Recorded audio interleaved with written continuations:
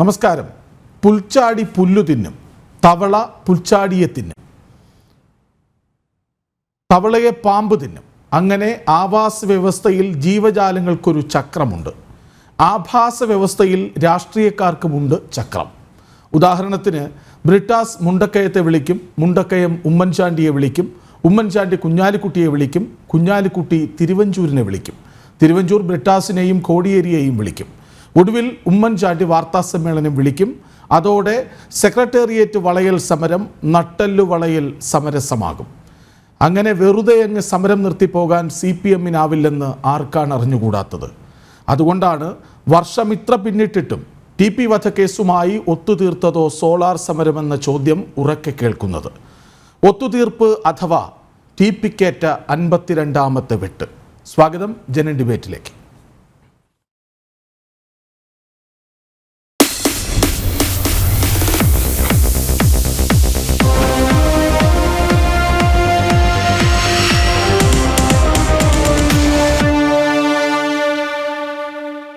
ചർച്ചയ്ക്കായി BJP നേതാവ് VP Ananthapadmanabhan, Congress നേതാവ് അഡ്വക്കേറ്റ് സേനാപതി വേണു, ഇടതു പ്രതിനിധി അഡ്വക്കേറ്റ് ബലദേവ് സച്ചിദാനന്ദൻ, RMP നേതാവ് KS ഹരിഹരൻ എന്നിവർ ഒപ്പം ചേരും. മുൻ ആഭ്യന്തരമന്ത്രിയും കോൺഗ്രസിൻ്റെ മുതിർന്ന നേതാവുമായ തിരുവഞ്ചൂർ രാധാകൃഷ്ണനെ ടെലിഫോൺ ലൈനിലും പ്രതീക്ഷിക്കുന്നു. ആദ്യം ഇടതു പ്രതിനിധി അഡ്വക്കേറ്റ് ബലദേവ് സച്ചിദാനന്ദനിലേക്ക്. അഡ്വക്കേറ്റ് ബലദേവ്, ഒരു ഫ്ലാഷ് ബാക്ക് ചോദ്യത്തിലൂടെ തുടങ്ങുന്നതാകും നല്ലതെന്ന് തോന്നുന്നു. വലിയൊരു സമരമായി വന്ന് ആളെക്കൂട്ടി സെക്രട്ടേറിയറ്റ് വളഞ്ഞ് വളരെ പെട്ടെന്ന് സമരസപ്പെട്ടു പോയ ആ ഇടതു രീതിയെ അങ്ങ് ഇപ്പോഴും അനുകൂലിക്കുന്നു. 2013 ആഗസ്റ്റ് മാസം 12-ാം തീയതിയാണ് ഇടതുപക്ഷത്തിന്റെ നേതൃത്വത്തിൽ സെക്രട്ടേറിയറ്റ് വളർന്നു. ആ സെക്രട്ടേറിയറ്റ് ഉദ്ഘാടനം ചെയ്തത് മുൻ പ്രധാനമന്ത്രിയായിരുന്ന HD ദേവഗൌഡയാണ്. അതിനോടൊപ്പം തന്നെ CPM-ന്റെ സെക്രട്ടറി പ്രകാശ് കാരാട്ട്, CPI-യുടെ സുധാകർ റെഡ്ഡി, RSPയുടെ ചന്ദ്രചൂഡ്, ഇത്രയും പേരാണ് ചർച്ചയെ അഭിസംബോധന ചെയ്തുകൊണ്ടെന്ന് സംസാരിച്ചു. പെട്ടെന്ന് ആ സമരം അവസാനിപ്പിച്ചു എന്നുള്ള യാഥാർത്ഥ്യമാണ്. അപ്പൊ ആ സമരം അവസാനിപ്പിച്ചതിന്റെ പിന്നിൽ നിങ്ങൾ പറയുന്നത് പോലെയുള്ള ഗൂഢാലോചനകളൊന്നും നടന്നിട്ടില്ല.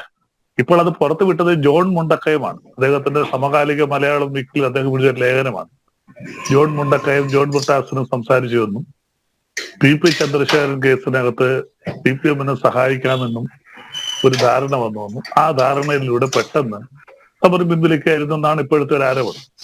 പക്ഷെ അന്ന് ആ സമരത്തിൽ പങ്കെടുത്ത അന്ന് ഇടതുപക്ഷത്തിന്റെ നേതാവ് ഇപ്പോൾ UDF-ന്റെ MP ആയിട്ടുള്ള പ്രേമേന്ദ്രൻ ആ ചർച്ചയിൽ അന്ന് RSP പ്രതികരിച്ച് പങ്കെടുത്താലാണ്. അദ്ദേഹം അന്ന് തന്നെ വളരെ വ്യക്തമായിട്ട് പറഞ്ഞിരുന്നു, ഞങ്ങൾ ഒരുമിച്ച് RSP-യിലും RSP-B-യിലും ഒക്കെ ആയിട്ട് UDF-ലും LDF-ലും ഒക്കെ പ്രവർത്തിച്ചിട്ടുള്ളവരാണ്. വളരെ വ്യക്തമായിട്ട് അന്ന് അദ്ദേഹം പറഞ്ഞിരുന്നു ഈ സമരം അങ്ങനെ ഒത്തുതീർപ്പായതല്ല. അന്നത്തെ അവരുടെ ഡിമാൻഡ് എന്ന് പറയുന്നത്, ഇടതുപക്ഷത്തിന്റെ ഡിമാൻഡ് ഒരു ജുഡീഷ്യൽ എൻക്വയറി ആയിരുന്നു. ഹൈക്കോടതി ജഡ്ജിയോ അല്ലെങ്കിൽ സുപ്രീം കോടതി ജഡ്ജിയോ ജുഡീഷ്യൽ എൻക്വയറി, അതൊരു പ്രസ് കോൺഫറൻസ് നടത്തി പറയണമെന്നായിരുന്നു. അല്ല, അത് അന്നത്തെ മുഖ്യമന്ത്രി ഉമ്മൻചാണ്ടി ദിവസങ്ങൾക്ക് മുൻപേ പലവട്ടം പറഞ്ഞതാണ് ജുഡീഷ്യൽ അന്വേഷണം ആകാമെന്ന്. അത് വാർത്താ സമ്മേളനം നടത്തി പറഞ്ഞ് വലിയൊരു പുതുമയാക്കി സമരം അവസാനിപ്പിക്കേണ്ട ഗതികേടായിരുന്നു അന്ന് LDF-നുണ്ടായിരുന്നത്. ഇല്ലില്ല, അന്ന് ഒരിക്കലും ഉമ്മൻചാണ്ടി ജുഡീഷ്യൽ അന്വേഷണം നടത്താമെന്ന് പറഞ്ഞിട്ടില്ല. കാരണം ആ സോളാർ, ഞാനിപ്പോൾ ഇടതുപക്ഷത്തിന്റെ ഭാഗമാണെങ്കിലും ഞാനൊരു യാഥാർത്ഥ്യം പറയാം. ആ സോളാർ കേസുകൾ നമ്മൾ ഇപ്പോൾ വരുന്ന യാഥാർത്ഥ്യം എന്താ? ഒരു കെട്ടിച്ചമച്ച പരിപൂർണമായിട്ട് കെട്ടിച്ചമച്ചൊരു കേസായിരുന്നു. UDF-ന്റെ നേതാക്കന്മാർക്കെതിരെ യാതൊരു വിധമായ അടിസ്ഥാനമില്ലാതെ ഇപ്പോൾ സരിത കേസ് LDF-നെതിരെ പറയുന്നത് പോലെ UDF-നെതിരെ നേതാക്കന്മാർക്കെതിരെ കെട്ടിച്ചമച്ച സരിതയും ഞാൻ പറയട്ടെ, ഞാനതിലേക്ക് വരാം, ഞാൻ തുറന്നു പറയാം. സരിതയ്ക്ക് ഇതിൽ കുറെ ആൾക്കാരും കൂടെ ചേർന്ന് കെട്ടിച്ചമച്ചൊരു കേസായിരുന്നു എന്ന് നമുക്ക് ഇപ്പോൾ ബോധ്യമായി. പരിപൂർണമായിട്ട് കുറെ ആൾക്കാർ ആരെന്നറിയാൻ ആഗ്രഹമുണ്ട്. കാരണം വെറുതെ ഒരു സ്ത്രീ പരാതിക്കാരിയെ മാത്രം പറഞ്ഞു പോകുന്നത് ശരിയല്ലല്ലോ. അല്ല, പരാതിക്കാരിയുടെ പിന്നിൽ പലരും ഉണ്ടായിരുന്നു. നമ്മളിപ്പോ ചർച്ചയിൽ വന്നു, നമ്മൾ കോടതിയിൽ കൊണ്ട് അത് LDF-ന് അനുകൂലമാകും വിധം CPM-ന് അനുകൂലമാകും വിധം പ്ലാൻ ചെയ്തെടുക്കണമെങ്കിൽ അവിടെ ആരൊക്കെയോ ഉണ്ടെന്ന് അങ്ങ് തന്നെ പറയുന്നുണ്ടല്ലോ. അതാരെന്ന് അങ്ങ് തന്നെ പറയണ്ടേ? അല്ല, CPM എന്ന് പറയുന്നത് അന്നത്തെ പ്രതിപക്ഷമാണ്. പ്രതിപക്ഷം ഇപ്പോൾ നമുക്കറിയാം. ഇപ്പോഴത്തെ പ്രതിപക്ഷം ആരാണ്? UDF ആണ് പ്രതിപക്ഷം. സരിതയുടെ പ്രശ്നത്തിൽ UDF ശക്തമായിട്ട് സമരം ചെയ്തു. അതിന്റെ യാഥാർത്ഥ്യം പുറത്തു വന്നിട്ടില്ല. സരിതയുടെ പേരിൽ ആരോപണം നടത്തുന്ന പിന്നെ സ്വർണ്ണക്കള്ളക്കടത്തായാലും പിന്നെ മറ്റു പല ഇന്ന് ബൈബിളിനകത്ത് പലതും കടത്തിയെന്ന് ഈന്തപ്പഴവും സ്വർണ്ണവും കടത്തിയെന്നൊക്കെ പറയുന്നു. അപ്പൊ ഇതൊക്കെ ഇതിന്റെ ഇത് യാഥാർത്ഥ്യം പുറത്തു വന്നില്ല. അന്വേഷിച്ചത് കേന്ദ്ര ഏജൻസികളാണ്. അന്നത് അന്വേഷിച്ച കേന്ദ്ര ഏജൻസി അല്ല. ഇത് അന്ന് അന്വേഷിച്ച സോളാർ അന്വേഷണം നടത്തിയ കേരളത്തിലെ പോലീസും അന്വേഷണ ഏജൻസിയൊക്കെയായിരുന്നു. അതിനുശേഷം LDF അധികാരത്തിൽ വന്നു. അപ്പോൾ അന്വേഷിച്ച് വന്നപ്പോൾ ഇതിനകത്ത് പറഞ്ഞ പരാതികളിൽ വളരെ കൂടുതലും അവ്യക്തമായിരുന്നു, അതുപോലെ തന്നെ അയഥാർത്ഥ്യമായിരുന്നു എന്നൊക്കെ നമുക്ക് പരിപൂർണമായിട്ട് ബോധ്യം. അത് അവിടെ നിൽക്കട്ടെ. എന്ത് തന്നെ ആയിരുന്നാലും ആ സമരത്തിൽ ഒരിക്കൽ പോലും ആ സമരം ഇടതുപക്ഷം ചെയ്യുന്നതിന് ഒരിക്കൽ പോലും ഉമ്മൻചാണ്ടി ആരോടെയും പറഞ്ഞിട്ടില്ല ഞങ്ങൾ ഇതിനകത്തൊരു ജുഡീഷ്യൽ അന്വേഷണം നടത്താമെന്ന് പറഞ്ഞു എന്നുള്ളതല്ലാതെ ജുഡീഷ്യൽ അന്വേഷണം നടത്താമെന്ന് നിങ്ങൾക്ക് പറയാൻ പറ്റില്ല. അങ്ങനെ ഒരിക്കൽ പോലും ഉമ്മൻചാണ്ടി പറഞ്ഞിട്ടില്ല. അങ്ങനെയാണ് ഇടതുപക്ഷം അന്ന് സമരത്തിലേക്ക് പോയതും സെക്രട്ടേറിയറ്റ് വളയും കേരളം കണ്ടിട്ടില്ലാത്ത രീതിയിൽ വളരെ ശക്തമായ ഒരു സമരമായിരുന്നു അത്. സെക്രട്ടേറിയറ്റ് അക്ഷരാർത്ഥത്തിൽ പരിപൂർണമായിട്ട് സെക്രട്ടേറിയറ്റ് സ്തംഭിച്ചു. അങ്ങനെ ആ സമരത്തിന് വളരെ പെട്ടെന്ന് ഉമ്മൻചാണ്ടി ചർച്ച ചെയ്യുകയും ഉടൻ തന്നെ ജുഡീഷ്യൽ അന്വേഷണം ആരാമെന്ന് പറയുകയും ആ ജുഡീഷ്യൽ അന്വേഷണം പ്രഖ്യാപിച്ചതിന്റെ പേരിൽ ആ സമരം ഇടതുപക്ഷ മുന്നണി അന്ന് പിൻവലിക്കുകയാണ് ഉണ്ടായത്. പിന്നെ ഇപ്പോൾ വന്നിരിക്കുന്ന കാര്യങ്ങൾ അത് പരിപൂർണമായിട്ട് അടിസ്ഥാനരഹിതമാണ്. അതിനകത്ത് യാതൊരു രേഖകളുമില്ല. ഏതെങ്കിലും ഒരു വീക്കിലിക്കകത്ത് ഒരു ലേഖനം ആരെങ്കിലും താൽക്കാലികമായിട്ടൊരു മാധ്യമ സൃഷ്ടി പിടിച്ചു പറ്റുന്നതിനോ ഏതെങ്കിലും ഒരു പേര് കിട്ടുന്നതിന് വേണ്ടി ഒരു ലേഖനം എഴുതിയാൽ അതിന്റെ പുറകെ നമ്മൾ ഇറങ്ങിപ്പോണ്ട യാതൊരു കാര്യവുമില്ല. അത് ആ സമരത്തിൽ UDF-ഉം LDF-ഉമായിട്ട് യാതൊരു വിധമായ ധാരണയുമില്ലായിരുന്നു. ഇതിന്റെ ബാക്കി കാര്യങ്ങൾ കുറെ കൂടെ വിശദമായിട്ട് ഇവിടെ ഇരിക്കുന്ന മറ്റു പ്രതികൾ സംസാരിച്ചതിന് ശേഷം ഇതിന്റെ അടിസ്ഥാനപരമായിട്ട് എനിക്കറിയാവുന്ന കുറേയധികം കാര്യങ്ങളുണ്ട്. അത് ഞാൻ വ്യക്തമായിട്ട് എന്റെ രണ്ടാം ഘട്ടത്തിൽ ഞാൻ പറയണം. അഡ്വക്കേറ്റ് സേനാപതി വേണു, ആദ്യം വിളിച്ചത് ആരെന്നതിൽ മാത്രമാണ് ഇപ്പോൾ തർക്കമുള്ളത്. ബ്രിട്ടാസ് പറയുന്നു തിരുവഞ്ചൂരാണ് വിളിച്ചത്, തിരുവഞ്ചൂർ പറയുന്നു ബ്രിട്ടാസ് ആണ് വിളിച്ചത്. ആ ഒരു തർക്കം മാത്രമാണ് ബാക്കിയുള്ളത്. പക്ഷേ അവിടെ ഒത്തുതീർപ്പ് നടന്നു എന്ന് എല്ലാവരും സമ്മതിക്കുന്നുണ്ട്. അതെങ്ങനെ എളുപ്പത്തിൽ സാധ്യമായെന്നാണ്? ഒരു രക്ഷപ്പെടൽ, ഉമ്മൻചാണ്ടി സർക്കാരിൻ്റെ ഒരു രക്ഷപ്പെടൽ അനിവാര്യമായിരുന്നു. അക്കാരണത്താൽ മാത്രം എന്ന് പറഞ്ഞാൽ ആര് വിശ്വസിക്കാനാണ്? കൃഷ്ണരാജെ, ഏതായാലും ഇടതുപക്ഷത്തിന്റെ പ്രതിനിധി പറഞ്ഞ ഒരു കാര്യത്തിൽ സന്തോഷമുണ്ട്. ഒരു കെട്ടിച്ചമച്ച കഥയാണ്, അല്ലെങ്കിൽ ആരോപണമാണ്, അതിൽ യാതൊരു യാഥാർത്ഥ്യവുമില്ല എന്ന് ബോധ്യപ്പെട്ടു എന്ന് അദ്ദേഹം തന്നെ പറഞ്ഞത് അത് കേൾക്കാൻ ഏറെ സന്തോഷമുണ്ട്.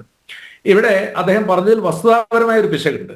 ജുഡീഷ്യൽ അന്വേഷണം എന്ന ആവശ്യവുമായിട്ടല്ല ഇടതുപക്ഷം സമരത്തിന് പോയത്. ഇപ്പൊ എന്റെ നാട്ടിൽ നിന്നൊക്കെ ആളുകൾ സമരത്തിന് പോകുന്നവരെ പഴയ സ്വാതന്ത്ര്യ സമര സേനാനികൾ സമരത്തിന് പോകുന്ന ആ വീറും വാശിയോടും കൂടിയാണ് രക്തഹാരം അണിയിച്ച് അവർക്ക് എന്താ പറയുക, ഇനി അവർ ചിലപ്പോൾ തിരിച്ചു വരില്ല എന്നുള്ള രീതിയിലാണ്. അവരുടെ കുടുംബാംഗങ്ങളുടെ സംരക്ഷണം പാർട്ടി ഏറ്റെടുക്കുന്നു. അപ്പൊ അവരിങ്ങനെ തിരുവനന്തപുരത്തേക്ക് പോവുകയാണ്. അപ്പൊ പോകുമ്പോൾ അതിന് മുന്നോടിയായിട്ട് നടന്ന യോഗം, ഞങ്ങളുടെ നാട്ടിൽ നടന്ന യോഗത്തിൽ ഒരു സഖാവ് പ്രസംഗിച്ചത് ഉമ്മൻചാണ്ടിയെ താഴെ ഇറക്കിയതിന് ശേഷമേ ഇനി ഞങ്ങൾ തിരുവനന്തപുരത്ത് നിന്ന് തിരിച്ചു പോരുകയുള്ളൂ. അവ രണ്ടിലൊന്നും അറിയണം. ഒന്നുകിൽ ഉമ്മൻചാണ്ടി രാജിവെക്കണം, അതല്ല എങ്കിൽ ഞങ്ങളൊക്കെ അവിടെ സമരത്തിൽ ഒന്നുകിൽ രക്തസാക്ഷികളാകും, അല്ലെങ്കിൽ മർദ്ദനത്തിൽ പരിക്കേൽക്കും, ജയിൽവാസത്തിന് പോകും എന്ന പ്രഖ്യാപനവുമായി. അതുകൊണ്ട് ഞങ്ങൾ പോകുമ്പോൾ ഞങ്ങളുടെ കുടുംബത്തിലെ അംഗങ്ങളെ സംരക്ഷിക്കാനുള്ള ഉത്തരവാദിത്വം കൂടി പൊതുസമൂഹം, അതായത് പാർട്ടിക്കാർ ഏറ്റെടുക്കണം എന്ന് അഭിവാദ്യങ്ങൾ അർപ്പിച്ചുകൊണ്ടാണ് ഈ സഖാക്കന്മാരൊക്കെ ഞങ്ങളുടെ നാട്ടിൽ നിന്നൊക്കെ പോകുന്നത്. 13-ാം തീയതി സമരം നടക്കുന്നു, 12-ാം തീയതി ഏതാണ്ട് ഉച്ചയോടുകൂടി ഇവരെല്ലാം തിരുവനന്തപുരത്തേക്ക് പോവുകയാണ്. പക്ഷേ ഇവർക്കറിയാവുന്ന ഒരു കാര്യമുണ്ട്. കേരളത്തിന്റെ മുഖ്യമന്ത്രി അങ്ങനെ ആരെങ്കിലും സെക്രട്ടേറിയറ്റ് വളയുകയോ അല്ലെ തിരുവനന്തപുരത്ത് സത്യാഗ്രഹം ഇരുന്നാലോ ഒരു മുഖ്യമന്ത്രി രാജിവെക്കാൻ തുടങ്ങിയാൽ പിന്നെ കേരളത്തിൽ ഒരു മുഖ്യമന്ത്രിക്കും ഭരിക്കാൻ കഴിയത്തില്ല. അപ്പൊ മുഖ്യമന്ത്രി രാജിവെക്കില്ല എന്നുള്ളത് ഇവർക്കറിയാം. പക്ഷേ അണികളെ ചൂടുപിടിപ്പിക്കാൻ, ത്രസിപ്പിക്കാൻ വേണ്ടി നേതാക്കന്മാര് കവലകൾ തോറും ഇങ്ങനെ പ്രസംഗിക്കുകയാണ്. നമ്മളിപ്പോ തിരുവനന്തപുരത്തേക്ക് പോകുന്നു, സെക്രട്ടേറിയറ്റ് വളയുന്നു, അവിടെ ഉമ്മൻചാണ്ടിക്ക് പ്രവേശിക്കാൻ കഴിയില്ല, മന്ത്രിമാർക്കാർക്കും പ്രവേശിക്കാൻ കഴിയില്ല. അതങ്ങനെ ഒരു 3-4 ദിവസം തുടരുമ്പോഴേക്കും അദ്ദേഹം രാജിവെക്കേണ്ട സ്ഥിതിവിശേഷം വരും എന്ന് പണ്ട് പുന്നപ്പുറ വേലാറിലെ സമരത്തിന് പോയവരോട് പോലീസിന്റെ തോക്കിന്റെ അകത്തുനിന്ന് മുതിരയാണ് വരുന്നത്, നമ്മൾ വാരിക്കുന്തവുമായിട്ട് അവരെ നേരിടാം എന്ന് അന്ന് പറഞ്ഞ് തെറ്റിദ്ധരിപ്പിച്ചതിന് സമാനമായ രീതിയിൽ മറ്റൊരു തെറ്റിദ്ധരിപ്പിക്കല്. ഉമ്മൻചാണ്ടി 2 ദിവസം കൊണ്ട് രാജിവെക്കും, അല്ലെങ്കിൽ 4 ദിവസം കൊണ്ട് രാജിവെക്കും എന്നുള്ളത്. ഇവിടെ കൃഷ്ണരാജയെ മനസ്സിലാക്കേണ്ടത്, ഇടതുപക്ഷത്തിന് ആ സമരം പിൻവലിച്ച് തലയൂരി പോകേണ്ട ആവശ്യമുണ്ടായിരുന്നു. കാരണം ലക്ഷക്കണക്കിന് ആളുകളെ തിരുവനന്തപുരത്ത് അണിനിരത്തി അതിനുശേഷം ഉണ്ടായിരിക്കുന്ന പ്രത്യാഘാതങ്ങൾ അതൊക്കെ നമ്മൾ പലവട്ടം ചർച്ച ചെയ്തതായതുകൊണ്ട് ഞാൻ അതിന്റെ വിശദാംശങ്ങളിലേക്കൊന്നും സമയക്കുറവ് മൂലം കടക്കാൻ ആഗ്രഹിക്കുന്നില്ല. ഇടതുപക്ഷത്തെ സംബന്ധിച്ചിടത്തോളം ഇത് പുലിവാല് പിടിച്ച പോലെ ഒരു സമരമായിരുന്നു. അതുകൊണ്ട് ആ സമരത്തിൽ നിന്ന് തടിയൂരി അവർക്ക് പോകണം. കാരണം എത്ര ദിവസം അവരവിടെ ഇരുന്നാലും ഉമ്മൻചാണ്ടി രാജിവെക്കില്ല എന്നുള്ള കാര്യം അവർക്ക് ബോധ്യമായ ഒരു കാര്യമാണ്. പിന്നെ ജുഡീഷ്യൽ അന്വേഷണം, ജുഡീഷ്യൽ അന്വേഷണത്തെ ഏത് അന്വേഷണവും ആകാമെന്ന് ഉമ്മൻചാണ്ടി സാർ നേരത്തെ തന്നെ പറഞ്ഞിട്ടുള്ളതാണ്. അതോടൊപ്പം തന്നെ എന്താ പറഞ്ഞ ജുഡീഷ്യൽ അന്വേഷണം വേണമെങ്കിൽ അതുമാകാം, ഏത് ഏജൻസിയെ കൊണ്ട് വേണമെങ്കിലും അന്വേഷിക്കുന്നതിന് തടസ്സമില്ല എന്നുള്ള കാര്യം ഉമ്മൻചാണ്ടി സാറ് വളരെ മുമ്പേ തന്നെ വ്യക്തമാക്കിയിട്ടുള്ളതാണ്. ഇപ്പൊ നമ്മൾ ഈ വിഷയം ചർച്ച ചെയ്യേണ്ടതായിട്ട് വന്നത് എന്താ, ജോൺ പെരുവന്താനം, മനോരമയിൽ ഉണ്ടായിരുന്ന പഴയ പത്രക്കാരൻ ജോൺ മുണ്ടക്കയം, അദ്ദേഹം ഈ സമകാലീന മലയാളത്തിൽ നടത്തിയ ഒരു വെളിപ്പെടുത്തൽ, ഞാൻ അദ്ദേഹം പറഞ്ഞത് തെറ്റാണെന്നൊന്നും ഞാൻ വിശ്വസിക്കുന്നില്ല. കാരണം അദ്ദേഹത്തെ പോലെ ഒരു പത്രപ്രവർത്തകന് ഇപ്പൊ എന്തെങ്കിലും ഒരു തെറ്റായ ഒരു കാര്യം ഒരു വാരികയിൽ എഴുതി അദ്ദേഹത്തിന് എന്തെങ്കിലും ഇതിന്റെ അകത്ത് നേടണം എന്ന് ആഗ്രഹമുണ്ട് എന്ന് ഞാൻ കരുതുന്നില്ല. പക്ഷെ മൂടി വെക്കപ്പെട്ട ഒരു സത്യം, അത് എന്നെങ്കിലും ഇങ്ങനെയൊക്കെയാണല്ലോ ലോകത്ത് ഓരോ സത്യങ്ങൾ പുറത്തു വരുന്നത്. ആ മൂടി വെക്കപ്പെട്ട സത്യം അത് ഏതാണ്ട് ഒരു വ്യാഴവട്ടക്കാലം കഴിഞ്ഞപ്പോൾ അദ്ദേഹത്തിലൂടെ പുറത്തു വന്നിരിക്കുന്നു. അപ്പൊ രണ്ട് കാര്യമാണ്. ഒന്ന്, നിർദോഷിയായ നിരപരാധിയായ ഉമ്മൻചാണ്ടിക്കെതിരെ CPM ഇടതുപക്ഷവും നടത്തിയ ഈ കള്ളപ്രചരണം, ദുഷ്പ്രചരണം, അത് തെറ്റാണെന്നും, മറിച്ച് അതോടൊപ്പം തന്നെ സെക്രട്ടേറിയറ്റ് വളഞ്ഞുകൊണ്ട് ഉമ്മൻചാണ്ടിയെ രാജിവെപ്പിക്കാമെന്ന രീതിയിൽ ഒരു സമരം നടത്തി. ആ സമരം ഇതിവരുടെ അണികളെ കബളിപ്പിക്കാൻ വേണ്ടി മാത്രമായിരുന്നുവെന്നും ആ സമരത്തിൽ നിന്ന് ഊരിപ്പോകേണ്ടത് അല്ലെങ്കിൽ തലയൂരി പോകേണ്ടത്, രക്ഷിക്കേണ്ടത് അത് CPM-ന്റെ പ്രശ്നമാണ്. ആ CPM-ന്റെ പ്രശ്നത്തിന്റെ ഭാഗമായിട്ടാണ് അവരൊരുപക്ഷെ മുമ്പ് പറഞ്ഞതുപോലെ ചെറിയാൻ ഫിലിപ്പ് വഴിയോ ജോൺ ബ്രിട്ടാസ് വഴിയോ ആരൊക്കെ വഴിയോ ഈ സമരത്തിന് ഇവിടെ തിരുവഞ്ചൂർ രാധാകൃഷ്ണന്റെ അഡ്വക്കേറ്റ് സേനാപതി വേണു, ഇത്രയേറെ സംഘടനാ സംവിധാനമുള്ള ഒരു പാർട്ടി, ആ പാർട്ടിക്ക് 2 ദിവസം സെക്രട്ടേറിയറ്റ് അടച്ചിട്ടാൽ ഈ സമരം അവസാനിപ്പിച്ചു പോകേണ്ട ഗതികേടുണ്ടോ? ആളുകൾ മാറി മാറി വന്ന് ഈ സമരത്തിൽ ചേരുമായിരുന്നില്ലേ? പിന്നെ എന്തിനാണ് അവർ ഒളിച്ചോടിയത്? അല്ലെങ്കിൽ ആ ഒളിച്ചോട്ടത്തിന് പിന്നിൽ ഒരു ഡീലുണ്ടോ? അത് എത്രയോ കാലമായി കേരളത്തിന്റെ രാഷ്ട്രീയ ഉപരിതലത്തിൽ ഉറക്കെ കേൾക്കുന്ന ആരോപണമാണ്. ഞാൻ ചോദിക്കട്ടത്, 2 ദിവസം CPM ഇരുന്നാലും CPM-ന്റെ ഡിമാൻഡ് എന്താ? ഉമ്മൻചാണ്ടി രാജിവെക്കണം. ഉമ്മൻചാണ്ടി സാർ രാജിവെക്കുന്ന ഒരു പ്രശ്നം ഏതായാലും അങ്ങനെ ഒരു ചർച്ചയിലേക്ക് കോൺഗ്രസ് UDF പോകില്ല എന്ന് എല്ലാവർക്കും അറിയാം. ഇനി 2 ദിവസം ലക്ഷക്കണക്കിന് ആളുകൾ ഇരുന്നാലും 3 ദിവസം ഇരുന്നാലും 4 ദിവസം ഇരുന്നാലും അവർ കൂടുതൽ എന്താ പറഞ്ഞ പരിസര മലിനീകരണത്തിന്റെ നാറ്റം മാത്രമല്ല, പാർട്ടി കൂടുതൽ നാറി പിന്മാറുന്നതിനേക്കാൾ നല്ലത് ആദ്യ ഘട്ടത്തിൽ തന്നെ മാന്യമായ ഒരു തിരിച്ചുപോക്ക്. അപ്പൊ നിങ്ങൾക്ക് ആവശ്യമുണ്ടായിരുന്നില്ലേ? സ്വാഭാവികമായിട്ട് ഞങ്ങൾക്കും ആവശ്യം, കാരണം ഞങ്ങൾ ഭരിക്കുന്നവരാണ്, ഞങ്ങൾക്കും ആവശ്യമുണ്ട്. കാരണം എന്താ, തിരുവനന്തപുരത്ത് അനാവശ്യമായ സംഘർഷങ്ങളും സംഘടനകളും ഉണ്ടായി. ഒന്ന്, ജനജീവിതം സമ്പൂർണ്ണമായി സ്തംഭിക്കുന്നു. തലസ്ഥാന നഗരിയാണ് സ്തംഭിക്കുന്നത്. അത് 24 മണിക്കൂർ എന്നുള്ള 48 മണിക്കൂർ. CPM-ന്റെ സംഘടനാ ശേഷിയൊന്നും ഇടതുപക്ഷത്തിന്റെ സംഘടനാ ശേഷിയൊന്നും ഞങ്ങൾ കുറച്ച് കാണിക്കുന്നില്ല.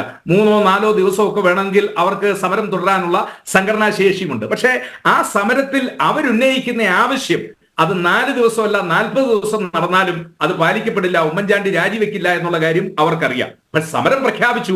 ആ പ്രഖ്യാപിച്ചതിന് ശേഷം അവർക്ക് എന്താ പറഞ്ഞ പാർട്ടി സഖാക്കളുടെ മുന്നിലെങ്കിലും മുഖം രക്ഷിക്കേണ്ടത് അവരുടെ ആവശ്യമായിരുന്നു. ആ ആവശ്യത്തിന് വേണ്ടിയായിരിക്കാം ഒരുപക്ഷെ അവരതിനു വേണ്ടി സ്വീകരിച്ച മാർഗം. അത് അവരുടെ കാര്യമാണ്. ആ ഡീല് ഇല്ലെങ്കിൽ ഡീല് എന്ന് നിങ്ങൾ പറയുന്നത്, അല്ലെങ്കിൽ ഏതെങ്കിലും രീതിയിലുള്ള അഡ്ജസ്റ്റ്മെന്റ് എന്ന് നിങ്ങൾ പറയുന്നത്, അത് അവരുടെ ആവശ്യമാണ്, ഞങ്ങളുടെ ആവശ്യമായിരുന്നില്ല. അവരുടെ ആവശ്യമാണ്. ശ്രീ പത്മനാഭൻ, 2 ദിവസം സെക്രട്ടേറിയറ്റ് അടച്ചിട്ടു, ഞാൻ രാജിവെക്കില്ല എന്ന് ഉമ്മൻചാണ്ടി ആവർത്തിച്ചു പറഞ്ഞു. ഈ 2 കാരണങ്ങൾ കൊണ്ട് വളരെ പെട്ടെന്ന് ബേക്കറി ജംഗ്ഷനിൽ പാർട്ടി പ്രവർത്തകർക്കൊപ്പം സമരത്തിൽ പങ്കെടുത്തിരുന്ന തോമസ് ഐസക് അറിയാതെ, പ്രസംഗിച്ചുകൊണ്ടിരുന്ന NK പ്രേമേന്ദ്രൻ അറിയാതെ പെട്ടെന്ന് അങ്ങ് സമരം അവസാനിപ്പിക്കുന്നു. ജുഡീഷ്യൽ അന്വേഷണം പ്രഖ്യാപിച്ചുടൻ സമരം അവസാനിപ്പിക്കുന്നു. LDF-ൽ പോലും കൃത്യമായിട്ട് ഇത് ആരും അറിഞ്ഞിട്ടില്ല എന്നതിന് തെളിവാണല്ലോ പിന്നീട് ഒരിക്കൽ പന്ന്യൻ രവീന്ദ്രൻ അടക്കം ആ സമരം ഒത്തീർപ്പായിരുന്നു എന്ന് പരോക്ഷമായെങ്കിലും പറഞ്ഞു വെച്ചത്. ഇവരെ നമ്മൾ ഇനിയും വിശ്വസിക്കണം? അല്ല, ഇതില് ഒരു പശ്ചാത്തലം പറയണം. എന്താണ് സോളാർ കേസ് എന്ന് നമ്മൾ മനസ്സിലാക്കണം. എന്താ അറിയോ, ഒരുപാട് അനാവശ്യമായ ആരോപണങ്ങളും പ്രത്യാരോപണങ്ങളും ഒക്കെ ഉന്നയിക്കപ്പെട്ടൊരു സംഭവമാണ്. CBI അന്വേഷണവും നടന്ന കേസാണ്. ഞാൻ ഈ കേസിലെ പ്രധാന വ്യക്തി, ഞാൻ ഹാജരാവുന്ന കോടതിയിൽ പ്രതിക്കൂട്ടിൽ കയറി നിൽക്കുന്നതൊക്കെ നിരവധി തവണ കണ്ടതാണ്. അപ്പൊ ഇത് കേസില്ല, കള്ളക്കേസാണെന്ന് പറഞ്ഞാലൊന്നും സമ്മതിക്കില്ല. പക്ഷെ ഇത് അഴിമതി കേസല്ല. അഴിമതി കേസ് എന്ന് പറഞ്ഞാൽ പ്രിവെൻഷൻ ഓഫ് കറപ്ഷൻ ആക്ട്, അതായത് പൊതുപ്രവർത്തക അഴിമതി നിരോധന നിയമത്തിന്റെ പരിധിയിൽ വരുന്ന കേസ് ഒരു പക്ഷേ ആയിരിക്കില്ല. പക്ഷെ ഇതിൽ തട്ടിപ്പ് നടന്നിട്ടുണ്ട്. ഞാൻ മനസ്സിലാക്കിയത് സോളാർ സംവിധാനം, അതായത് സോളാർ എനർജിയുടെ ഉൽപാദനവും അതിന്റെ ഉപയോഗവുമായി ബന്ധപ്പെട്ട ചില സംവിധാനങ്ങൾ ഒരുക്കുന്ന കമ്പനിയിൽ ഷെയർ കൂടാം, അതിൽ ഇൻവെസ്റ്റ് ചെയ്യാം. അങ്ങനെ ഇൻവെസ്റ്റ് ചെയ്താൽ ഭാവി സോളാറിൻ്റെതാണ്, അത് നിങ്ങൾക്ക് ഇരട്ടി അല്ലെങ്കിൽ 10 ഇരട്ടി ലാഭം കിട്ടും എന്നൊക്കെ പറഞ്ഞ് ഈ കേസിലെ പ്രധാനപ്പെട്ട വ്യക്തികൾ നാട്ടുകാരോടൊക്കെ പൈസ വാങ്ങിച്ചിട്ട്. ഇപ്പൊ ഞാൻ കണ്ട കേസ് അതാണ്. Kozhikode judicial first class 3-ാം number കോടതിയിൽ അവര് വന്ന് നിൽക്കുന്നത് കോഴിക്കോട്ടുകാരനായ ഒരാളോട് എത്രയോ രൂപ ഈ സോളാറിൽ ഇൻവെസ്റ്റ് ചെയ്യണമെന്ന് പറഞ്ഞ് വാങ്ങി ആ പണം പറ്റിച്ചതാണ്. അത് കോഴിക്കോട് ഉപഭോക്തൃ കോടതിയിലും കേസുണ്ടായിരുന്നു. ഈ കേസുകളൊക്കെ സെറ്റിലായി, പൈസ കൊടുത്ത് സെറ്റിൽ ചെയ്തു. പക്ഷെ ഇവിടെ സംഭവിച്ചൊരു കാര്യം, ഞാൻ അന്ന് പത്രത്തിൽ വായിച്ച ഒരു വിവരമുണ്ട്. ഈ വ്യക്തി മുഖ്യമന്ത്രിയുടെ ഓഫീസിൽ കയറി ഇറങ്ങാൻ തുടങ്ങി. മുഖ്യമന്ത്രിയുടെ ഓഫീസിൽ മാത്രമല്ല, പല മന്ത്രിമാരുടെയും MLA-മാരുടെയും MP-മാരുടെയും ഒക്കെ ഓഫീസിൽ കയറി ഇറങ്ങിയിട്ടുണ്ട്. മുഖ്യമന്ത്രിയുടെ ഓഫീസിൽ കയറി ഇറങ്ങാൻ തുടങ്ങിയപ്പോൾ സെക്രട്ടേറിയറ്റിൽ ഡ്യൂട്ടിയിൽ ഉണ്ടായിരുന്ന 2 വനിതാ പോലീസ് ഉദ്യോഗസ്ഥർ മുഖ്യമന്ത്രിയുടെ ഓഫീസിൽ വിവരം കൊടുത്തു, ഇവരെ എവിടെ കയറ്റാൻ പാടില്ല. കാരണം ഞങ്ങൾ പണ്ട് കോടതി ഡ്യൂട്ടിക്ക് പോകുന്ന കാലത്ത്, അവര് AR ക്യാമ്പിലുള്ള കാലത്ത്, ജയിൽ ഡ്യൂട്ടിക്ക് പോകുന്ന കാലത്ത് വഞ്ചനാ കുറ്റത്തിൽ ഇവര് ജയിലിൽ കിടക്കുകയും ജാമ്യമില്ലാതെ കിടക്കുമ്പോൾ ഇവരെ നിരവധി തവണ കോടതിയിൽ എസ്കോർട്ട് ഞങ്ങൾ പോയിട്ടുണ്ട്. ഇവർ തട്ടിപ്പ് കേസിൽ പ്രതിയായ വ്യക്തിയാണ്, ഇവരെ മുഖ്യമന്ത്രിയുടെ ഓഫീസിൽ കയറ്റരുത് എന്ന് അവിടെ ബന്ധപ്പെട്ട ആളുകളെ അറിയിച്ചിരുന്നു എന്ന് കേരളത്തിലെ എല്ലാ പ്രധാനപ്പെട്ട പത്രങ്ങളും റിപ്പോർട്ട് ചെയ്തത്. പക്ഷെ എന്തുകൊണ്ടോ ആ ശ്രദ്ധ അവിടെ ഉണ്ടായില്ല. അതൊരു ശ്രദ്ധ കുറവാണ് എന്ന് വേണമെങ്കിൽ പറയാം. ഏതായാലും മുഖ്യമന്ത്രിയുടെ കൂടെ നിൽക്കുന്ന ഫോട്ടോ വന്നിട്ടുണ്ട്, പലരുടെയും കൂടെ നിൽക്കുന്ന ഫോട്ടോ ഇവരെടുത്തിട്ടുണ്ട്. അതൊക്കെ ഇത്തരത്തിലുള്ള ആൾക്കാരുടെ ഒരു സ്വഭാവമാണ്. ആ ഫോട്ടോ ഒക്കെ ഉപയോഗിച്ച് ഇത് സർക്കാരിന്റെ സഹായമുണ്ട്, മുഖ്യമന്ത്രി തന്നെ ഇതിൽ വേണ്ടത് സഹായം ചെയ്തു തരും എന്നൊക്കെ പറഞ്ഞിട്ടാണ് ഇവര് നാട്ടുകാരോടൊക്കെ പൈസ വാങ്ങിച്ചത്. പിന്നെ സോളാർ ഉണ്ടായില്ല, ഒന്നും ഉണ്ടായില്ല, പൈസയില്ല, കമ്പനിയില്ല. പിന്നെ നാട് മുഴുവൻ കേസായി. കോഴിക്കോട്ടൊക്കെ അവർ കേസിന് വേണ്ടി വന്നത് അങ്ങനെയാണ്. കേരളത്തിൽ മുഴുവൻ കേസ് ഉണ്ടായിരുന്നു എന്നാണ് ഞാൻ മനസ്സിലാക്കുന്നത്. അപ്പൊ ഈ ഒരു സാഹചര്യത്തിലാണ് ഇത് പുറത്തു വന്നപ്പോൾ, ഇവരുടെ ഫോട്ടോ, മുഖ്യമന്ത്രിയുടെ ഒപ്പം നിൽക്കുന്ന ഫോട്ടോ ഒക്കെ വന്നപ്പോൾ ഇത് ഒരു അഴിമതിയാണ്, പൊതുപ്രവർത്തക നിരോധന നിയമത്തിന്റെ കീഴിൽ വരുന്ന അഴിമതിയാണ്, ഇതിൽ ഉമ്മൻചാണ്ടിക്ക് പങ്കുണ്ട് എന്നൊക്കെ പറഞ്ഞ് അതൊരു വലിയ ബഹളമാക്കി LDF.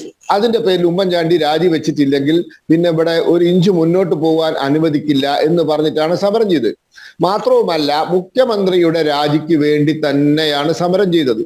മറ്റൊരു കാര്യം, ഉമ്മൻചാണ്ടി അതിനു മുമ്പ് നടത്തിയ പത്രസമ്മേളനത്തിൽ അദ്ദേഹം ഉപയോഗിച്ച വാക്ക് ഏത് തരത്തിലുള്ള അന്വേഷണത്തിനും ഞങ്ങൾ തയ്യാറെന്നാണ്.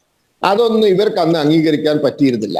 ഞാനിപ്പോൾ ഓർക്കുന്നത്, അന്നത്തെ ദിവസം 2013 ഓഗസ്റ്റ് 13-ാം തീയതി ഞാൻ കൊയിലാണ്ടി കോടതിയിൽ ഒരു കേസ് കഴിഞ്ഞൊരു വാഹനത്തിൽ കോഴിക്കോട്ടേക്ക് വരുമ്പോൾ കൊയിലാണ്ടിയിൽ ഇവരെ സമരപ്പന്തലുണ്ട്. പക്ഷെ വണ്ടി കോഴിക്കോട് നഗരത്തിന്റെ പ്രാന്തപ്രദേശമായ വെസ്റ്റിൽ എത്തുമ്പോഴേക്കും വെസ്റ്റിലെ സമരപ്പന്തൽ പൊളിക്കുകയാണ്. അപ്പൊ എനിക്കിത് മനസ്സിലായില്ല, ഇതാരോടാ ചോദിക്കേണ്ടതെന്ന് ചോദിച്ചപ്പോൾ ഞാൻ വിചാരിച്ചപ്പോൾ ഞാനൊരു RMP-കാരനോട് ചോദിച്ചു. അപ്പൊ അയാൾ ഉറക്കെ ചിരിച്ചും കൊണ്ട് പറഞ്ഞു, അവര് സമരമൊക്കെ സെറ്റിലാക്കി നിർത്തി എന്ന് പറഞ്ഞു. അപ്പോൾ ഇത് അങ്ങനെ നിർത്തിയതാണ്. അപ്പോ അങ്ങനത്തെ ഒരു സാഹചര്യത്തിൽ അത്രയും വലിയൊരു സമരം, ഒരുപക്ഷെ പൊതുപ്രവർത്തക അഴിമതി നിരോധന നിയമവുമായി ബന്ധപ്പെടാത്ത ഒരു സമരത്തിൽ ഇങ്ങനെ വലിയൊരു ബഹളം ഉണ്ടാക്കേണ്ട ആവശ്യമില്ലായിരുന്നു, മുഖ്യമന്ത്രി രാജിവെക്കണം എന്നൊക്കെ പറഞ്ഞിട്ട്.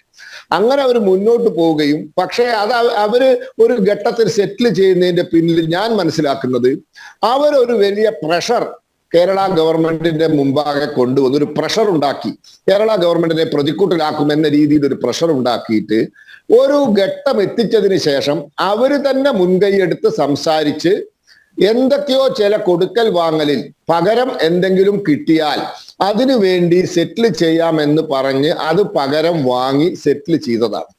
യാതൊരു സംശയവുമില്ല. അല്ലാണ്ട് ഒരു ജുഡീഷ്യൽ അന്വേഷണം കൊണ്ട് ഈ രാജ്യത്ത് ഒരു ചുക്കും ചുണ്ണാമ്പും സംഭവിക്കാൻ പോകുന്നില്ല എന്ന് നമുക്കൊക്കെ അറിയാം. എത്ര ജുഡീഷ്യൽ അന്വേഷണം ഇന്ത്യ മഹാരാജ്യം കണ്ടിട്ടുണ്ട്, എത്ര ജുഡീഷ്യൽ അന്വേഷണത്തിന്റെ റിപ്പോർട്ടുകൾ അളമാരക്കകത്ത് കിടക്കുന്നുണ്ട് സെക്രട്ടേറിയറ്റിൽ. അപ്പൊ അതൊക്കെ അവിടെ നിൽക്കട്ടെ. അപ്പോൾ ഇത് ഗവൺമെന്റിനെ ഒരു പ്രതിരോധത്തിലാക്കി എന്തൊക്കെയോ ചിലത് വാങ്ങിച്ചതിന് ശേഷം അവര് സെറ്റിൽ ചെയ്തതാണ്. ശരി, അതെന്താ പറയാൻ RMP നേതാവ് KS ഹരിഹരൻ, ശ്രീ KS ഹരിഹരൻ, ഒരു കൊടുക്കൽ വാങ്ങൽ, ഒരു ഡീൽ, ഒരു ഒത്തുതീർപ്പ് അതെവിടെയെങ്കിലും ഉണ്ടായതായി തോന്നിയിട്ടുണ്ടോ? ഇപ്പോഴും അങ്ങനെ സംശയിക്കുന്നുണ്ടോ? UDF-നോട് ഇപ്പോഴും ചേർന്ന് നിൽക്കുന്ന നിങ്ങൾക്ക് അങ്ങനെ ഒരു അധാർമികത ഫീലായി തോന്നുന്നുണ്ടോ?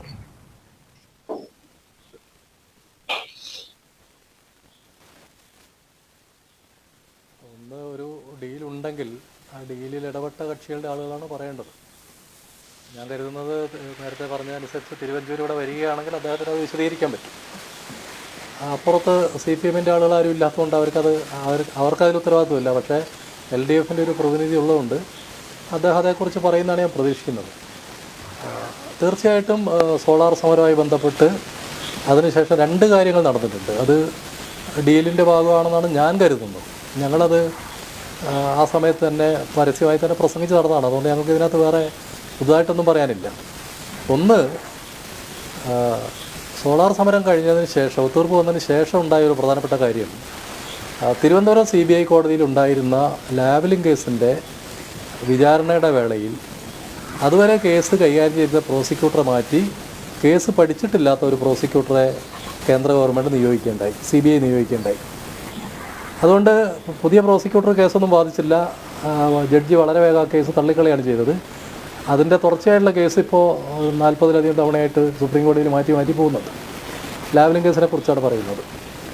രണ്ടാമത്തെ കാര്യം, ഈ സമരം നടക്കുന്നതിന് തൊട്ട് മുമ്പാണ് സഖാവ് KK രമ സെക്രട്ടേറിയറ്റിന് മുമ്പിൽ ഒരു നിരാഹാര സമരം നടത്തുന്നത്. അത് TP ചന്ദ്രശേഖരൻ കേസിലെ താഴെത്തട്ടിലുള്ള പ്രതികളെയൊക്കെ പിടിച്ചിട്ടുണ്ട്. പക്ഷേ അതിലെ ഉന്നത ഗൂഢാലോചന നടത്തിയ ആളുകളെ ഉന്നതരെ പിടിച്ചിട്ടില്ല. അത് പിടിക്കണം, അതിനുവേണ്ടി CBIക്ക് കേസ് വിടണം എന്നാവശ്യപ്പെട്ടായിരുന്നു ആ നിരാഹാരം.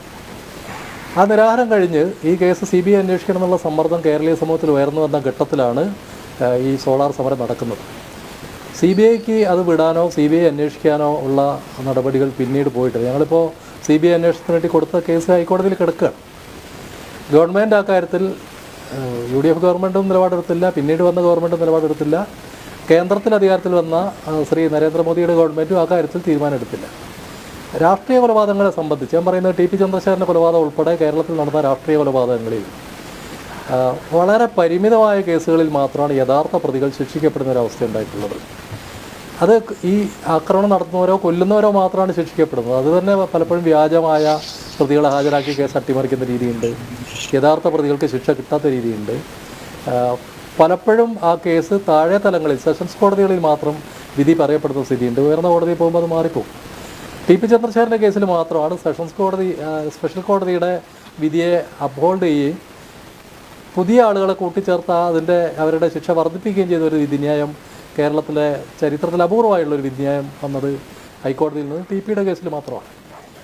പക്ഷേ ഞങ്ങൾ കുറേ കൂടി അന്ന് തന്നെ പറഞ്ഞ കാര്യമുണ്ട്. ഈ കേസിൽ ഈ താഴെ പറയുന്ന കുഞ്ഞനന്തനോ അല്ലെങ്കിൽ അതുപോലുള്ള കൊടിസുനിയൊന്നും അല്ല, 2 ജില്ലകളിലെ പാർട്ടി പ്രവർത്തകർ ഉൾപ്പെട്ട ഒരു കേസ് കൈകാര്യം ചെയ്യണമെങ്കിൽ, അങ്ങനെ ഒരു സംഗതി ഒരു ആസൂത്രണം നടത്തണമെങ്കിൽ ഏതെങ്കിലും ഒരു ജില്ലയിലെ ഒരു ഏരിയ സെക്രട്ടറിയോ ഏരിയ കമ്മിറ്റി മെമ്പറോ വിചാരിച്ചാൽ നടക്കില്ല എന്നുള്ളത് ഞങ്ങൾ അന്നേ പറഞ്ഞാണ്, CPM-ൻ്റെ സംഘടനാ രീതി വെച്ചിട്ട്.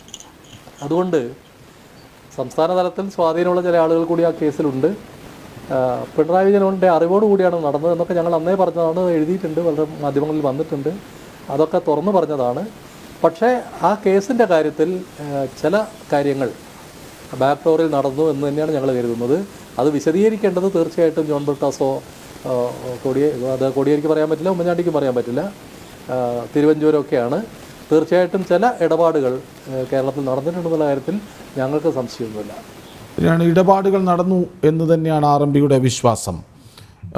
അഡ്വക്കേറ്റ് ബലദേവ്, ഈ TP കേസിൽ ഉന്നതരുടേക്ക് കാര്യങ്ങൾ എത്തിച്ചേരുമെന്ന് തോന്നിപ്പിച്ച ഒരു ഘട്ടമുണ്ട്. CPM-ൻ്റെ പ്രാദേശിക നേതാക്കൾ പിടിയിലാകുന്നു, അറിയപ്പെടുന്നവർ പിടിയിലാകുന്നു, അകത്താകുന്നു, ഉന്നതരിലേക്ക് തന്നെ ഇത് എത്തിച്ചേരും എന്ന് പൊതുജനം വിശ്വസിച്ച ഒരു ഘട്ടമുണ്ട്. അതിന് പല കാരണങ്ങളും ഉണ്ടായിരുന്നു. ഇപ്പോൾ അന്വേഷണ ഉദ്യോഗസ്ഥനായ ഒരു സീനിയർ ഉദ്യോഗസ്ഥൻ ഉന്നതർക്കുമേൽ പിടിവീഴുന്ന ചില തെളിവുകൾ, ടെലിഫോൺ രേഖകൾ തൻ്റെ കയ്യിലുണ്ടെന്ന് അറിഞ്ഞോ അറിയാതെയോ പറഞ്ഞുപോയി. പക്ഷെ പിന്നീടൊന്നും അതിനെ ചുവട് പിടിച്ച് ഒരു വിവാദവും ഉയർന്നു കേട്ടില്ലല്ലോ. തെരഞ്ഞെടുപ്പ് വരുമ്പോൾ TP വീണ്ടും ഒരു ചർച്ചാ വിഷയമാകുന്നു, CPM പ്രതിക്കൂട്ടിലാകുന്നു. അല്ലാതെ എന്താണ് സംഭവിച്ചത്? ഇതിന്റെ ഒരു നാൾ വഴിയിലേക്ക് നമുക്ക് പോയാല് TPയുടെ മർഡർ നടക്കുന്നത് 2012 മെയ് മാസം 4-ാം തീയതിയാണ്. മെയ് മാസം 15-ാം തീയതി മുതൽ മെയ് 24 വരെ ആയപ്പോഴത്തേക്ക് ഏകദേശം 4 പ്രതികളെ അറസ്റ്റ് ചെയ്തു. അതിനകത്ത് CPM-ന്റെ DC മെമ്പർ CK അശോകനും ഉണ്ടായിരുന്നു. അതിനുശേഷം മെയ് മാസം ജൂൺ 14-ാം തീയതി കൊടിസുനി, കൃപാണി മുതലായവരെയൊക്കെ അറസ്റ്റ് ചെയ്തു. ജൂൺ 23-നാണ് കുഞ്ഞനന്തനെ അറസ്റ്റ് ചെയ്തത്. ജൂൺ 29 പി മോഹനനെ അറസ്റ്റ് ചെയ്തു. അതിനുശേഷം ജൂലൈ 10 കാരായ രാജനെയും ജൂലൈ 18 സ്റ്റേറ്റ് കമ്മിറ്റി മെമ്പറായിട്ടുള്ള KK രാഗേഷിനെയും കേസെടുത്തു. 2012 ആഗസ്റ്റ് 13 76 പേരെ പ്രതിയാക്കി Vadakara judicial first class magistrate കോടതിയിൽ കുറ്റപത്രം നൽകി. വളരെ പെട്ടെന്നായിരുന്നു എന്റെ കാര്യങ്ങൾ നടന്നു. മെയ് മാസം സംഭവം നടന്നു, ആഗസ്റ്റിൽ ഇതിന്റെ കുറ്റപത്രം നൽകി. 2013 ഫെബ്രുവരി 11 അതിന്റെ ട്രയൽ സ്റ്റാർട്ട് ചെയ്തു. അതാണ് 2013 ഡേറ്റ് മനസ്സിലാക്കണം. 2013 ഫെബ്രുവരി മാസം 11 അതിന്റെ ട്രയൽ സ്റ്റാർട്ട് ചെയ്തു. ഈ 2013 ആഗസ്റ്റ് 12 സോളാർ സമരവുമായി ബന്ധപ്പെട്ട സമരങ്ങൾ നടക്കുന്നത്.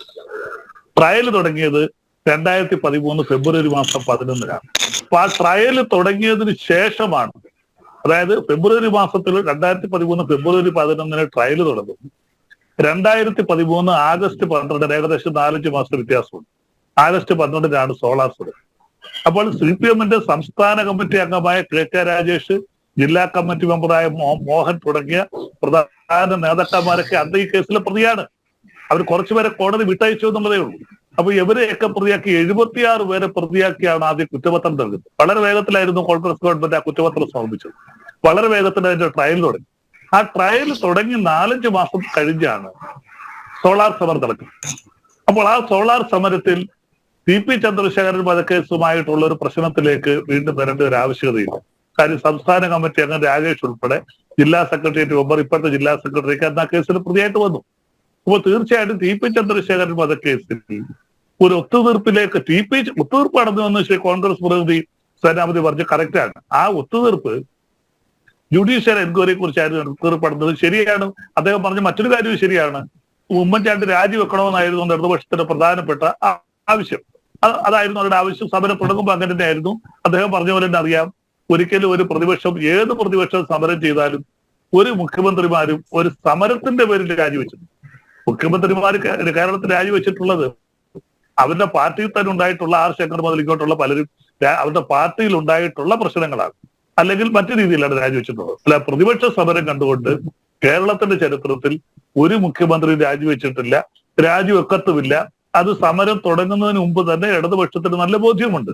4 ദിവസവും 5 ദിവസവും സേനാപതി പറഞ്ഞാലും 40 ദിവസവും സമരം ചെയ്താലും മുഖ്യമന്ത്രി രാജിവെക്കത്തില്ല എന്നുള്ള കാര്യം യാഥാർത്ഥ്യമാണ്. അന്ന് UDF-ന് 72 MLA-മാരാണ്, 68 ഒരു പ്രതിപക്ഷത്തിലുണ്ട്. 2 പേരുടെ വ്യത്യാസത്തിലാണ് ഗവൺമെന്റ് നിൽക്കുന്നത്. അന്ന് RSPയുടെ ഒരു വിഭാഗം വന്ന് പിന്നീടാണ് UDF-ലേക്ക് വരുന്നത്. അപ്പൊ അതുകൊണ്ട് ഈ ഡേറ്റുകൾ നമ്മൾ പരിശോധിക്കുമ്പോൾ കേസിന്റെ ട്രയൽ സ്റ്റേറ്റ് കമ്മിറ്റി മെമ്പർ ഉൾപ്പെടെയുള്ള ജില്ലാ കമ്മിറ്റി മെമ്പർ, ജില്ലാ സെക്രട്ടേറിയറ്റ് മെമ്പർമാർ ഉൾപ്പെടെയുള്ളവര് പ്രതിയായി ആ 2 ജില്ലയിലുള്ളവരുണ്ട്. അങ്ങനെ വന്ന് ട്രയൽ നടന്നു കഴിഞ്ഞു. അതിനകത്ത് പിന്നീട് ഒരു CBI അന്വേഷണത്തിന് പോസിബിലിറ്റി ഇല്ല. 1. 2, ഫെബ്രുവരി മാസം 19 അതായത് 19-ന് 4 ദിവസത്തിന് മുമ്പ് ശ്രീമതി KK രമ നിരാഹാര സത്യാഗ്രഹം നടത്തി. അനിശ്ചിതകാല നിരാഹാര സത്യാഗ്രഹമാണ്. ആ 4ാമത്തെ ദിവസം നിരാഹാര സത്യാഗ്രഹം നടന്നപ്പോൾ ഫെബ്രുവരി മാസം 19 ഈ ക്യാബിനറ്റ്, സേനാപതി പറയുന്നത് ഞാൻ വിചാരിച്ചാണ്, കോൺഗ്രസ് ഉമ്മൻചാണ്ടിയുടെ ക്യാബിനറ്റ് അത് CBIക്ക് വിടാൻ തീരുമാനിച്ചു. പക്ഷെ CBIയുടെ റിപ്പോർട്ട് ചോദിച്ചപ്പോൾ അന്നത്തെ CBI ഡയറക്ടർ പേര് ഞാൻ ഓർക്കത്തിൽ അദ്ദേഹം പറഞ്ഞത് ഈ കേസ് ഇനി CBI അന്വേഷിക്കേണ്ട ആവശ്യമില്ല, പരിപൂർണമായിട്ട് ഇതിന്റെ അന്വേഷണം കഴിഞ്ഞു പറഞ്ഞ് അന്ന് CBI കേസ് ഏറ്റെടുത്തില്ല. അങ്ങനെ ഈ 2013 ആഗസ്റ്റ് 12 നടന്ന സമരത്തിൽ ഇത് CBIക്ക് വിടത്തില്ല എന്നുള്ള ധാരണയായിരുന്നുവെങ്കിൽ തീർച്ചയായിട്ടും ഫെബ്രുവരി മാസം 19 എങ്ങനെ ക്യാബിനറ്റ് അങ്ങനെ ഒരു തീരുമാനം എടുത്തേ? ക്യാബിനറ്റ് ഡിസിഷൻ ഉണ്ട്. ഈ TP ചന്ദ്രശേഖരൻ വധക്കേസ് ശ്രീമതി KK രമ 4ാമത്തെ ദിവസമാണെന്ന് തോന്നുന്നു അവർ നിരാഹാരം കിടന്നിട്ട് 3-4 ദിവസമാണ് നിരാഹാരം കിടക്കുകയാണ്. സമരം അതിരൂക്ഷമാണ്. ഇടതുപക്ഷം നടത്തിയ സമരത്തെക്കാൾ ശക്തമായിരുന്നു. കാര്യം വധിക്കപ്പെട്ട ആളിന്റെ ഭാര്യയാണ്. അവര് സമരം കിടക്കുകയാണ്. അപ്പോൾ തീർച്ചയായിട്ടും ഗവൺമെന്റ് ക്യാബിനറ്റ് കൂടിയപ്പോൾ തീരുമാനം കൊടുത്തപ്പോൾ CBI പറഞ്ഞ എന്താ, ഞങ്ങൾ പുതിയതായിട്ട് ഇതിനകത്ത് യാതൊന്നുമില്ല, ഇനി അന്വേഷിക്കാനായിട്ട് യാതൊന്നുമില്ല, അന്വേഷിച്ച് കഴിഞ്ഞു എന്ന് പറഞ്ഞുകൊണ്ട് CBI പ്രപ്പോസൽ റിജക്ട് ചെയ്യുകയായിരുന്നു. അപ്പോൾ ഈ കാര്യങ്ങൾ വെച്ച് നോക്കുമ്പോൾ ശ്രീ ജോൺ മുണ്ടക്കയത്തിന്റെ ഈ ആരോപണം, അല്ലെങ്കിൽ അദ്ദേഹം ഒരു മുതിർന്ന പത്രപ്രവർത്തകരാണ്, പക്ഷെ അദ്ദേഹത്തിന്റെ ഈ ഏറ്റുപറച്ചിലുമായി ബന്ധപ്പെട്ട് ഇത് CBI അന്വേഷിക്കത്തില്ല, മറ്റു നേതാക്കന്മാരിലേക്ക് ഇതിന്റെ കോൺസ്പിറസി ചെല്ലത്തില്ല എന്നുള്ള ഒരു ഉറപ്പിന്റെ പേരിലാണ് ഈ സമരം പിൻവലിച്ചത് എന്ന് പറയുന്നതിനകത്ത് യാതൊരു യാഥാർത്ഥ്യവുമില്ല. കാരണം അതിനു മുമ്പ് തന്നെ കുറ്റപത്രം കൊടുക്കുകയും ട്രയൽ തുടങ്ങുകയും ചെയ്തിരുന്നു. അതിനുശേഷമാണ് അതിനുശേഷം തന്നെ UDF ഗവൺമെന്റ് തന്നെ CBI അന്വേഷിക്കാനായിട്ട് ഫെബ്രുവരി മാസം 19 ക്യാബിനറ്റ് തീരുമാനിക്കുകയും ചെയ്തു. അങ്ങനെ ഒരു ഉറപ്പ് ഇടതുപക്ഷത്തിന് കൊടുത്തിരുന്നു നോക്കി ആ ഒരു ഉറപ്പ് നിലനിൽക്കുമ്പോൾ ക്യാബിനറ്റ് അങ്ങനെ ഒരു തീരുമാനമെടുക്കും. അങ്ങനെ ക്യാബിനറ്റ് തീരുമാനമെടുത്ത് CBIയോട് ചോദിക്കുമ്പോൾ CBI പറ്റത്തില്ല എന്ന് പറഞ്ഞു. അങ്ങനെയാണ് വിഡ്രോ ചെയ്യുന്നത്. അപ്പോൾ ക്യാബിനറ്റ് തീരുമാനം എടുക്കുമായിരുന്നു. അങ്ങനെ രഹസ്യമായിട്ട് ധാരണ ഉണ്ടായിരുന്നെങ്കിൽ അങ്ങനെ ഒരു ധാരണയും ഇല്ലായിരുന്നു. ഇടതുപക്ഷവും UDFും തമ്മിൽ അങ്ങനെ യാതൊരു ധാരണയും ഇല്ലായിരുന്നു. ഇനി കോൺഗ്രസിന്റെ ഭാഗത്തുനിന്ന് ആരെങ്കിലും എന്തെങ്കിലും പറഞ്ഞിട്ടുണ്ടോ എന്ന് എനിക്കറിയില്ല. ഇടതുപക്ഷത്തിന്റെ ഭാഗത്തുനിന്ന് കോൺഗ്രസിനോട് അങ്ങനെ ഒരു പ്രപ്പോസൽ വെച്ചിട്ടില്ല, അങ്ങനെ ഒരു ധാരണയും ഉണ്ടായിട്ടില്ല. അതാണ് അതിന്റെ യാഥാർത്ഥ്യം. അഡ്വക്കേറ്റ് സേനാപതി വേണു, ഈ എതിർചേരികൾ ആരോപിക്കുന്ന മറ്റൊന്നുണ്ട്.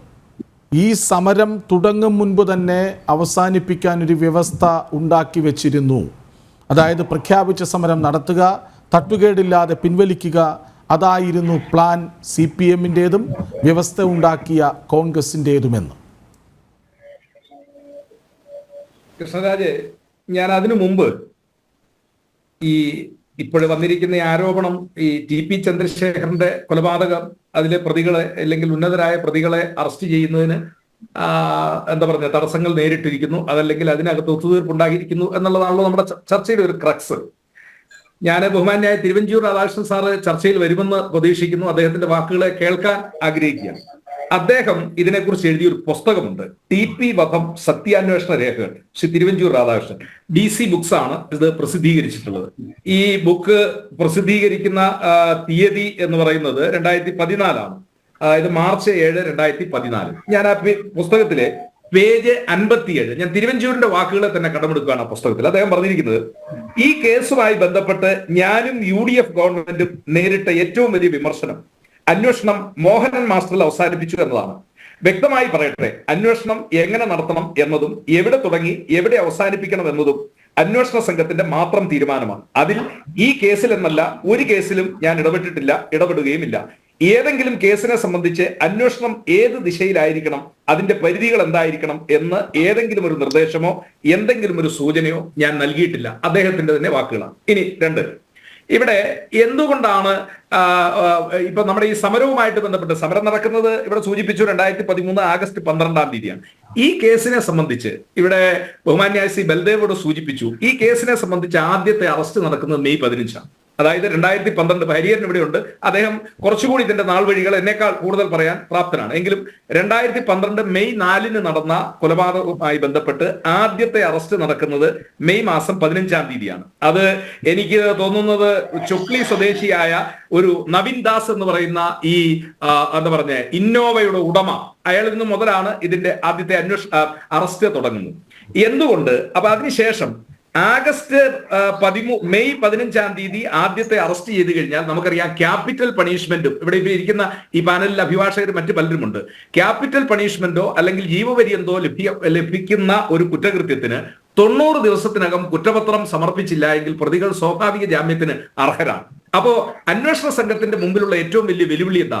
ഒന്നാമത്തെ പ്രതിയെ അറസ്റ്റ് ചെയ്തതിന് ശേഷം വിത്തിൻ 90 ഡേയ്സ്. അപ്പൊ 90 ഡേയ്സ് എന്ന് പറയുമ്പോൾ മെയ് 15 അറസ്റ്റ് ചെയ്തു, June 15, July 15, August 15. August 15 holiday ആണ്. അപ്പൊ 14 എങ്കിലും കുറ്റപത്രം സമർപ്പിക്കണം.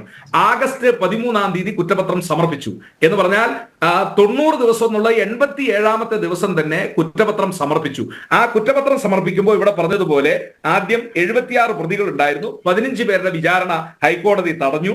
28 പേരെ എന്താ പറഞ്ഞ വിചാരണക്കിടയിൽ അവരാരും ഈ കൃത്യത്തിൽ നേരിട്ട് ഇടപെട്ടവരല്ല. അപ്പൊ എന്തുകൊണ്ടാണ് ഈ 3 മാസത്തിനുള്ളിൽ കുറ്റപത്രം സമർപ്പിച്ചതെന്ന് ചോദിച്ചാൽ സ്വാഭാവിക ജാമ്യം തേടി ഈ പ്രതികൾ പുറത്തു പോകരുത് എന്നുള്ള കാരണം കൊണ്ടാണ് കുറ്റപത്രം വളരെ പെട്ടെന്ന് തന്നെ നേരത്തെ കുറ്റപത്രം സമർപ്പിച്ചില്ലെങ്കിൽ ആ കേസിൽ വലിയൊരു പാതകമായി പോയേനെ, രണ്ടാമത്തെ കൊലയായി പോയേനെ.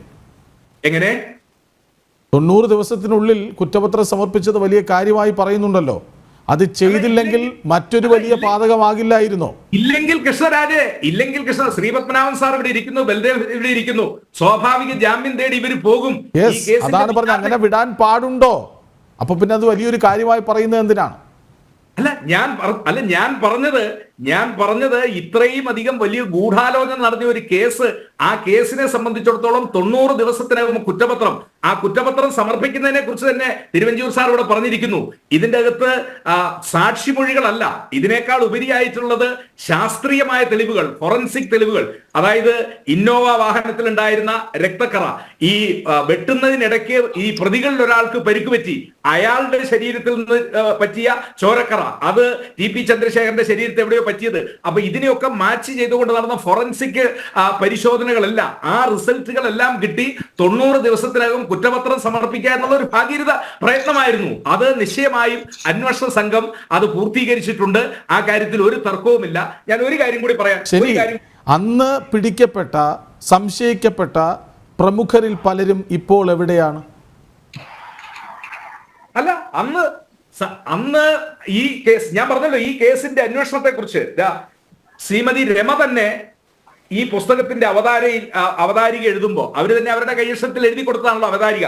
അതിനകത്ത് പറഞ്ഞിരിക്കുന്നത് കേരളത്തിന്റെ ചരിത്രത്തിൽ ആദ്യമായി ഒരു രാഷ്ട്രീയ കൊലപാതക കേസിൽ ഗൂഢാലോചന കേസിലെ ഒരു സംഘം ശിക്ഷിക്കപ്പെട്ടിരിക്കുന്നു. കൊലയാളി സംഘത്തിന് തുല്യമായ ശിക്ഷ തന്നെ ഗൂഢാലോചനക്കാർക്കും വിധിക്കപ്പെട്ടിരിക്കുന്നു.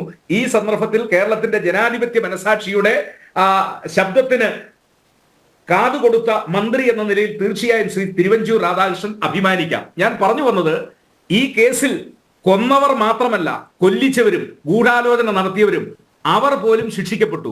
ഇവിടെ മുമ്പ് സൂചിപ്പിച്ചതുപോലെ വിചാരണ കോടതി ബഹുമാന്യായ ജസ്റ്റിസ് നാരായണ പിഷാരടി വെറുതെ വിട്ടതോ അല്ലെങ്കിൽ കുറഞ്ഞ ശിക്ഷ കൊടുത്തതോ ആയ ആളുകൾക്ക് ഇരട്ട ജീവപര്യന്തം ഹൈക്കോടതി കൊടുക്കുന്ന നിലയിലേക്ക് ഈ കേസിന്റെ അന്വേഷണവും കുറ്റപത്ര സമർപ്പണവും വിചാരണയും അത് ഒരു കുറവും കുറ്റവും ഇല്ലാതെ നടന്നു എന്നുള്ളതാണ് ഈ കേസിനെ സംബന്ധിച്ചിടത്തോളം ഇതിന്റെ ഏറ്റവും കൂടുതൽ കൃത്യമായി ഈ കാര്യങ്ങൾ വിശദീകരിക്കാൻ മുൻ ആഭ്യന്തരമന്ത്രി തിരുവഞ്ചൂർ രാധാകൃഷ്ണന് കഴിയുമായിരുന്നു. അദ്ദേഹത്തെ പലവട്ടം ടെലിഫോൺ ലൈനിൽ ബന്ധപ്പെട്ടു. ആദ്യം അദ്ദേഹം സമ്മതിച്ചിരുന്നതാണ്, പക്ഷെ തിരക്കാണോ ഫോൺ എടുക്കാത്തതാണോ എന്നറിയില്ല.